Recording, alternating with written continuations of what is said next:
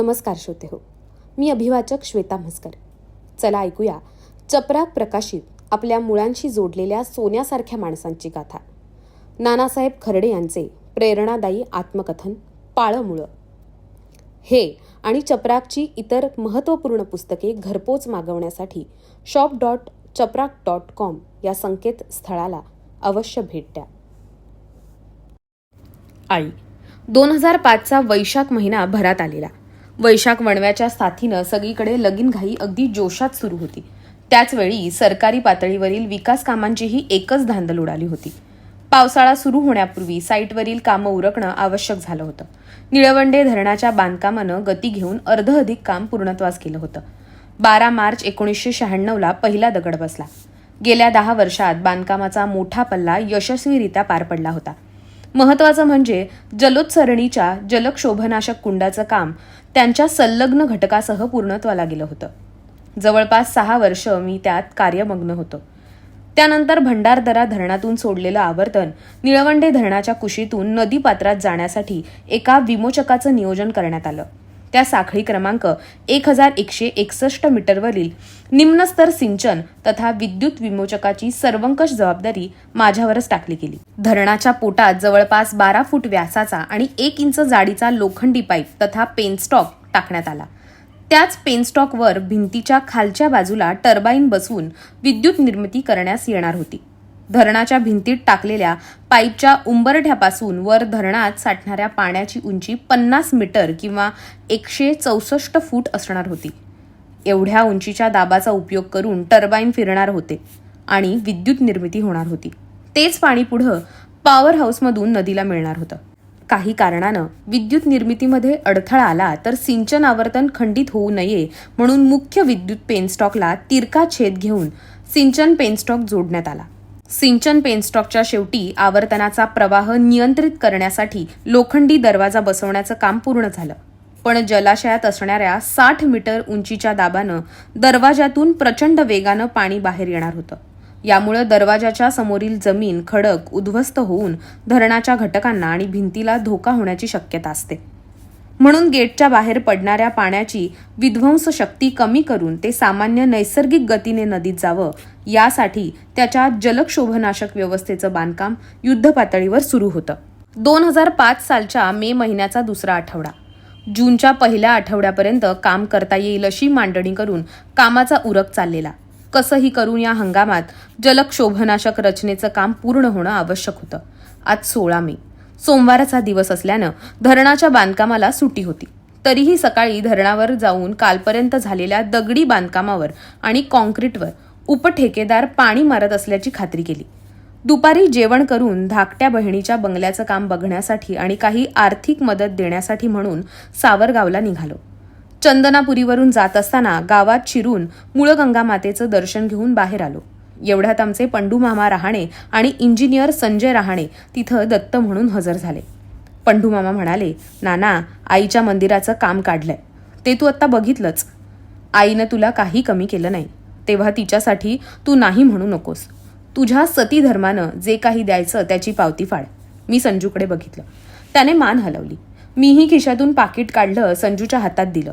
त्याने मला माझ्या हाताने देणगी देण्याचा आग्रह धरला, पण मी पाकिट परत घेईना. मग संजूने त्यातील 11,111 रुपये घेऊन पाकिट मला परत केलं. त्या दिवशी पाकिटात 50,000 रुपये होते आणि ते मी बहिणीला द्यायला निघालो होतो. कैलासवासी पार्वतीबाई नाना खर्डे यांच्या स्मरणार्थ असा मजकूर टाकून मला पावती मिळाली. मी ती पुन्हा पुन्हा वाचली आणि मन खोल भूतकाळात पोहोचलं. मळूबाईच्या याच पायरीवरून आजीनं मला एकदा नव्हे तर असंख्य वेळा उचलून देवळात नेलं होतं. ती आपल्या हातानं मस्तकाच्या मागच्या भागाला धरून देवीच्या पायावर डोकं टेकून दर्शन घ्यायला लावायची. डोईवरची टोपी हळदी कुंकवाच्या दबकात पडू नये म्हणून ती इजारीच्या खिशात घालायला सांगायची. 1987च्या जुलैमधील 8 तारखेला इहलोकाचा अधिवास सोडून परलोक निवासी झालेली माझी आजी क्षणभर 8 वर्षांनंतर पुन्हा सदेह समोर उभी ठाकल्याचा भास झाला. नितळ गौरकांती असलेला उंच सडसडीत बांधा, थोडासा उभट चेहरा, विस्तीर्ण भाल प्रदेशावर आणि मूळच्या गोऱ्या पान गालांवर वार्धक्याच्या सुरकुत्या पडायला झालेली सुरुवात. लाल रंगाचं नऊवारी लुगडं नेसून डोक्यावर पदर घेऊन विधवापणामुळे कपाळाचं कुंकू हरवलेली माझी आजी माझ्या चर्मचक्षूंना साक्षात समोर उभी दिसू लागली. चंदनापुरी म्हणजेच तिच्या भाषेतील चन्नापुरी हे तिचं माहेर. वरच्या आळीतील सुदाम खंडूजी रहाणे यांची ती लेक. तिला 3 सख्खे भाऊ, एक सख्खी तर एक सावत्र बहीण. बापाला 3 बायका. तत्कालीन समाजात बहुपत्नीत्वाची पद्धत रूढच होती बहुधा. पुरेशा वैद्यकीय सुविधांच्या अभावामुळे वांझपणाचं जास्त प्रमाण, बाळंतपणात महिलांच्या मृत्यूची वाढती संख्या, बालमृत्यू आणि शेतात कष्ट करण्यासाठी विनासायास उपलब्ध होणारं स्त्रीबळ अशा अनेकविध कारणांमुळे सर्वसामान्य शेतकरी कुटुंबात एकापेक्षा जास्त बायका करण्याचा प्रघात असावा.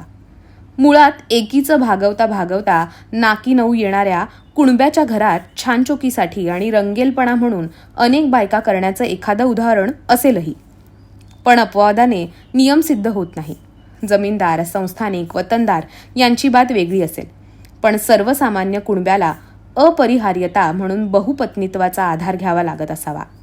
शिवाई ही आजीची आई, लख गोरी म्हणून साऱ्या वाड्याची भोराई, पिंपळगाव देपाच्या गुंड परिवारातून रहाणे परिवारात आलेली, सुदामबाबाची 3ऱ्या नंबरची बायको. पण तिने सुदामबाबाचा वाडा भरवला. सुदामबाबांच्या पहिल्या बायकोची कूस उजवली नाही. दुसरीला एकच मुलगी झाली, पण शिवाईने आनंद वाढवला. रहाणे परिवारातील माझी आजी पार्वतीबाई ही ज्येष्ठ कन्या. तिच्या पाठीवर मुरलीधर, दादाभाऊ आणि यशवंता या त्रिमूर्तीनं शिवाईची मातृत्वाची आस पुरी केली. यथावकाश लेकीला पदर आल्यावर शिवाईने पार्वतीच्या लग्नाचा विषय नवऱ्याकडे काढला. वर संशोधनाला सुरुवात झाली आणि शेजारच्या 2 मैलावरील झोळे गावच्या खर्डे कुटुंबातील मुलगा त्यांच्या नजरेत भरला. खर्डे कुटुंबातील नजुबा खर्डेंचे कुटुंब वारशानं मसमायंदळ तालेवार, पण कष्टाशिवाय भाकरी मिळत नव्हती. नजुबाची सासूरवाडी गावातल्याच नवले परिवारातली. ताईबाई आणि नजुबा हे मोठं कष्टाळू जोडपं. त्यांच्या पोटी धोंडीबा, नाना आणि काशीनाथ अशी 3 पुत्ररत्नच. बापासह सारी पिढी एकजात कृष्णवर्णीय. अंगावर तसूभरही उजळपणाचा कवडसा नाही, पण कष्टाळू. कुठल्याच कामाला कधी नाही न म्हणणारी. गावात चौसोपी वाडा बांधून राहणाऱ्या मुकिंदराव खर्ड्यांचा नजुबा हा नातू. मुकिंदराव पुण्याला पेशव्यांच्या दरबारात असतानाच त्यांचा वंश वाढला. दरबारात असताना त्यांच्या अंगावर काहीतरी बालंट आलं म्हणून त्यानं रात्रीतून पुणं सोडलं आणि गाव जवळ केलं.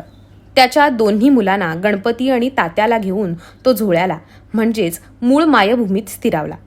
तो हयात असतानाच गणपतीला नजुबा हा मुलगा आणि भिकी आणि जया या 2 मुली झाल्या.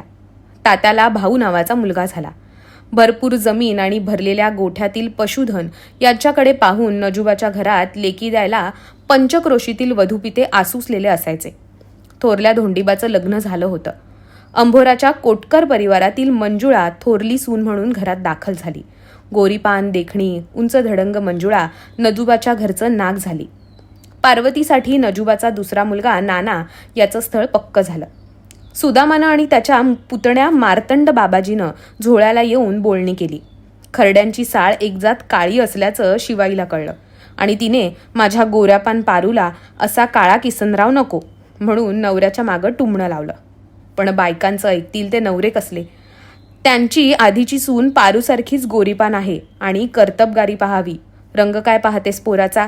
तसेही 2च रंग आहेत जगात, एक काळा आणि दुसरा गोरा. सुदामानं बायकोची समजूत काढली आणि वैशाखातल्या गोरज मुहूर्तावर पार्वती रहाण्यांचा वरच्या आळीतील वाडा सोडून झोळ्याला खर्डे परिवाराची दुसरी सून म्हणून वाजत गाजत प्रवेश करती झाली. 4 बैलांची दावण, गायगुरांचा मोठा गोठा, 8-10 खंडी मेंढ्यांचा कळप आणि 3 करती पोरं. नजुबाचा मोठा बारदाना शिवारात ठाण मांडून बसलेला. पारूचा नवरा कायम बैलांकडे. बैलका म्हणून तो कायमच मोटेवर असायचा. 4 बैल आणि नाना यांचं अद्वैत होतं. ती मुकी जनावरं हेच त्याचे सवंगडी आणि सखे. लग्न होण्याआधी बैलांच्या विश्वात रमणारा नाना माणसात आला. नव्या नवतीच्या पारूनं त्याला वेड लावलं. पिवळी धमक गोऱ्या अंगाच्या, धारदार नाकाच्या बांधेसूत पारूनं नानाचं मनपाखरू जिंकून घेतलं. खटल्याच्या घरात मंजुळा आणि पार्वती दोघी जावा बहिणी बहिणीसारख्या राहू लागल्या. नजुबा आपल्या देखण्या पुत्रवधूंवर पित्यासारखं प्रेम करू लागला. गावातल्या वाड्यातून सकाळी लवकर उठून स्वयंपाक पाणी उरकून दोघी जावा बिगीने डोईवर पाट्या घेऊन येरवाळीच रानात जाऊ लागल्या. दिवसभर शेतात राबल्यावर सांच्याला पुन्हा वाड्यात येऊन सासूच्या घरच्या कामात वाटेकरी व्हायला चढाओढ सुरू झाली. सासू दोघींवरही खुश होती. चौफसोपी वाड्याचं घरपण आता अधिक बहरून गेलं होतं. भर हिवाळ्यात नजूबा आणि त्याच्या नवाट लेकानं नानानं 4 बैलांच्या नांगरानं शेताची नांगरणी उरकली होती. नजूबाने उन्हाळ्यात लोक उजवला अन नक्षत्रासारखी सून वाड्यात आणली. अवसर मिळताच त्यानं शेताची दुन्नी आवरून घेतली. सरत्या ज्येष्ठात रोहिणी बरसल्या. धुवादार वळीव कोसळला. वैशाखाच्या काहिलीने तापलेली काळी आई रोहिणीच्या वर्षावाने मनोमन सुखावली. सारं रान आबादानी झालं. यंदा सगळं शिवार फुलून येणार असा निसर्ग सांगावा आला. उघडी ढेकळं पावसानं अर्धी अधिक विरघळून गेली. बळीराजाला रानाच्या मशागतीची आणि पेरणीची ओढ लागली. सुतारमेटावर सगळ्या कुणब्यांची जणू जत्रा भरली. रखमारामजी सुताराचं तोंड दिसना. त्याला 2 घास पोटात ढकलायला वेळ मिळना. कोणाचं कुळवण करून दे, त्याची फास लावून दे, कोणाच्या पाभरीचे चाडे दुरुस्त करून दे, तर कोणाचं फण नव्याने बसवून दे. 1 ना 2 सारखा हात आपला चालूच. फराट, शिवळा, जाडी, जू, रुमणं, वर्षभर अडगळीत पडलेली सगळी सणगं आणि अवजारं दुरुस्तीसाठी सुतारमेटावर येऊन पडली. दुरुस्तीवरून सुतार राहिला बाजूलाच. कुणब्यांमध्येच कुरबुरी सुरू झाल्या. सगळ्यांनाच घाई. सुतारमेटासारखीच हुल्लड घिसाडाच्या पालासमोर सुरू झाली. खुरपी, विळे, फास, कुऱ्हाडी, शेवटायची, धार लावायची सगळ्यांना घाई झाली. त्याच्या भल्या मोठ्या भात्यासमोर माणसांना जागा होईना. आपापल्या कामापुरते कोळसे घेऊन प्रत्येकजण ठिय्या मांडून त्याच्या पालात बसला. इतर वेळी घिसाड्याकडे कानाडोळा करणारे कुणबी आता त्याला बाबापुता करू लागले. त्यालाही डोळ्यासमोर बलूत दिसायला लागलं. कामाला तो कोणालाही नाही म्हणेना. अन घिसाडघाई सुरू झाली. पुढं मृगाची धार चालू झाली. रोहिणीच्या ओलीला ओल मिळाली. खडा फुटला. शेतकरी वाफसाची वाट पाहू लागला.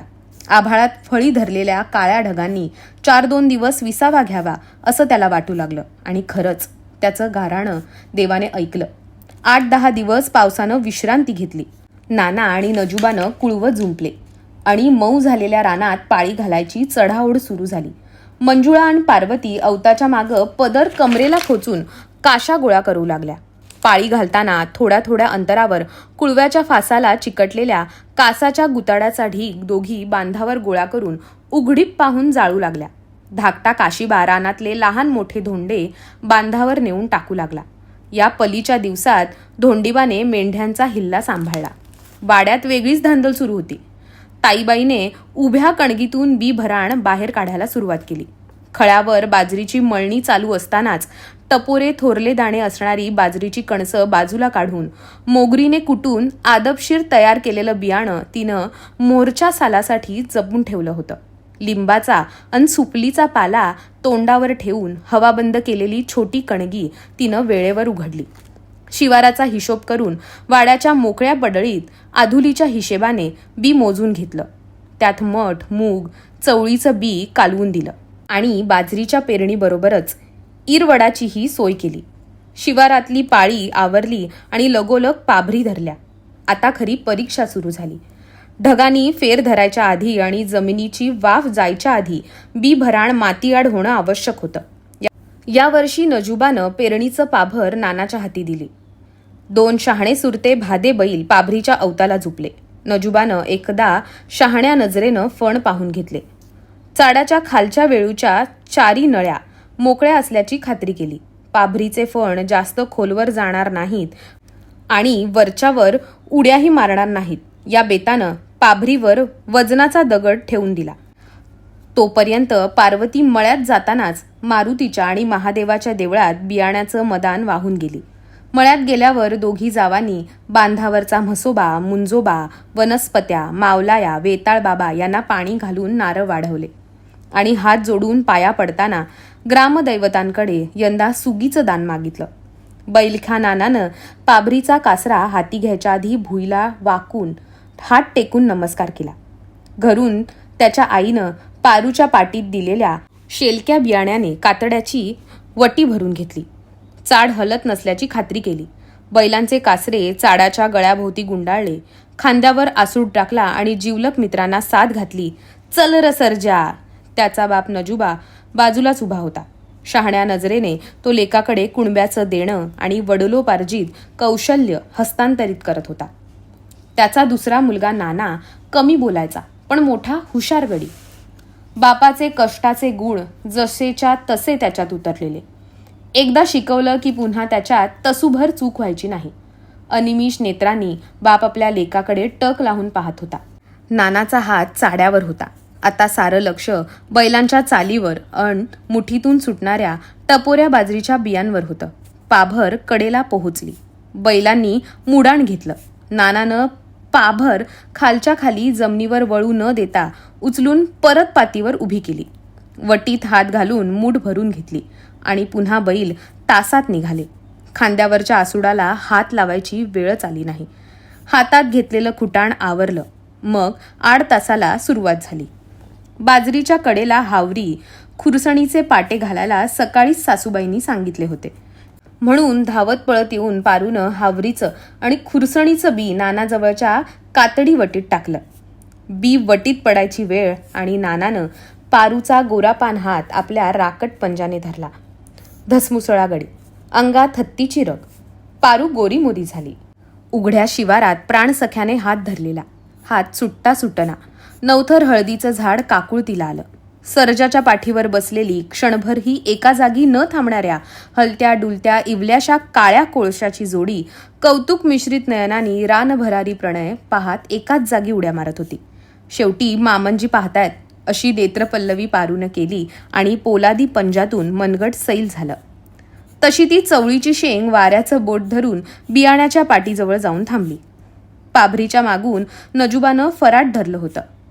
मातीच्या कुशीत पडलेला दाणा रानपाखरांनी चोचीत उचलायच्या आधी मातीआड करणं आवश्यक होतं. 2 दाती नव्हाट गोरे फराटाला जोडले होते. फराटाचं फाळकूट लिलया घेऊन गोऱ्यांची जोडी पळतच सुटली होती. अनुभवी नजूबा त्यांना लबाड थबाड करून पाभरीच्या मागं खुटाण भिडवीत चालला होता. सकाळच्या मोठ्या पारगात दोन्ही खुटाणं उरकली. नव्या मळईला सुरुवात करावी की नाही या संभ्रमात असतानाच मंजुळा डोक्यावर पाटी, हातात शेळीचं दावं आणि तिची सासू डोक्यावर पाण्याने भरलेली कळशी घेऊन येताना दिसली. तेवढ्यात नजूबाने फराटाचे गोऱ्हे सोडले. नानाला पाभर सोडायला लावली. जांभळाच्या झाडाखाली सोडलेल्या बैलगाडीजवळ नेऊन 4ही बैल खुटवले आणि त्यांना घासाचा टोकळा टाकला. सावलीतली मोकळी जागा पाहून चौघही जेवायला बसले. हातावर थापलेल्या बाजरीच्या भाकऱ्या, उडदाची आमटी, मिरचीचा ठेचा, पेंडवड्या आणि कांदा असा फक्कड बेत मोकळ्या रानात जमला. नाना आणि नजूबा पितळीत कोरड्यास घेऊन त्यात भाकर चुरून ओरपू लागले. मोकळ्या रानातली जनावरं आहारही तसाच. नजूबानं बिगीने जेवून हात धुतले आणि लेकाला म्हणाला, नाना, मोठ्याला देवाचं नाव घे. चघळून खायला वेळ नाही. समद्या गावाचा पेरा होईल अन आपण माग राहू. लेका, समदे हसतील मला. देवाच्या कर्मानं आता वाफसा आहे. सांच्याला आभाळानं फळी धरली तर दाणा जमिनीत टाकू देणार नाही. आवर लवकर. नानानं बापाची आज्ञा शिरसावंद्य मानली. उरलेल्या चतकोर भाकरीचा तुकडा आईच्या भाकरीच्या पेंडक्यात फेकला आणि तांब्याभर पाणी गटागटा प्याला. बापलेकानं बैल सोडले, त्यांना पाणी पाजलं अन पुन्हा पाभर सुरू झाली. तिकडं अवताची जुपी झाली. तोपर्यंत तिघी सासूसुनांची जेवणं आटोपली. मंजुळानं पितळीच्या पितळ्या पाण्यात विसळून पाटीत टाकल्या. ताईबाईनं बाजरीच्या बियाण्याची पिशवी घेऊन नानाला लागेल तशी त्याच्या अवतामागं पळू लागली. चाड्यावरची मूठ मोकळी जाणार नाही याची काळजी सगळ्या घरादारानं घेतली. दिवस मुहीच्या डोंगरामागं जाईपर्यंत पाभर चालत राहिली. त्याच्या मागं फराटाचे गोऱ्हे भर रानात पळत राहिले. अनुभवी नजूबाच्या अपेक्षेपेक्षा जास्त रान एका दिवसात पेरून झालं. खुटाणाच्या हिशोबानं नानानं बरोबर बी जमिनीत पेरल्याची नजूबाची खात्री झाली. तो लेकावर मनोमन खुश झाला. आपल्या हातातले कासरे आता कायमच्यासाठी नानाच्या हातात द्यायचा निर्णय त्याने मनोमन घेऊन टाकला. रात्र झाली. वाड्यात रातच्याला वशाटाचा बेट ठरला. काशीबानं घरातला भला थोरला कोंबडा मुलाण्याकडून कापून आणला. सखाईनं तिच्या हातानं निगुतीने स्वयंपाक केला. चौघ बापई जेवायला बसले. पोटाला तडच लागेपर्यंत बापलेक जेवले. जेवता जेवता नजूबा लेकाला म्हणाला, नाना, तू आता खरा शेतकरी झाला. आपली कुणब्याची जात. नांगर मोठा हाकायला लई डोकं लागत नाही. ते कुणी बी करते. खरा शेतकरी तोच जो काळ्या आईच्या कुशीत निर्मितीचं बी पेरतो, ज्याला पाभर धरता येते, त्याला भुईतून फुटणारे अंकुर पाहायचं भाग्य मिळतंय. माझ्या हिशेबाने तू आज दिवसभर पेरलेलं बी मापात सोडलेलं आहे. तुझं कुठलंच तास वांज गेलं नाही. तुझी पेरणी आखीव रेखीव झाली याची मला खात्री झाली. बापाच्या कौतुकानं नानाच्या अंगावर रोमांच उभे राहिले. तो बापाकडे बघून म्हणाला, आबा, मी आज पहिल्यांदाच पाभरीवर उभा राहिलो. तुम्ही माझं कौतुक करताय, पण खरं गुणी सर्जा सुरत्या आहेत. खांद्यावरच्या आसुडाला हात लावायची वेळ त्यांनी आणली नाही. माझ्या गुणी बैलांनीच मला पेरणी शिकवली. दिवसभर त्यांच्या चालीत फरक पडला नाही, म्हणून माझी चाड्यावरची मूठ एकसारखी सुटत राहिली. लेकाला पेरणीचं वर्म नेमकं कळल्याची नजुबाची खात्री झाली आणि तो हरखला. शिवारातील पेरा आटोपला आणि शहाण्या बाळाप्रमाणे मेघराजा पुन्हा आदरामध्ये धरणीला भेटायला आला. सगळ्या शिवाराला कोंब फुटले. यावर्षी माणूस पेरला तरी त्याला अंकुर फुटून तरारून उतरेल अशी स्थिती निर्माण झाली. बाजरी हातभर वर आली आणि तिच्याबरोबर तणानं सारी जमीन माखली.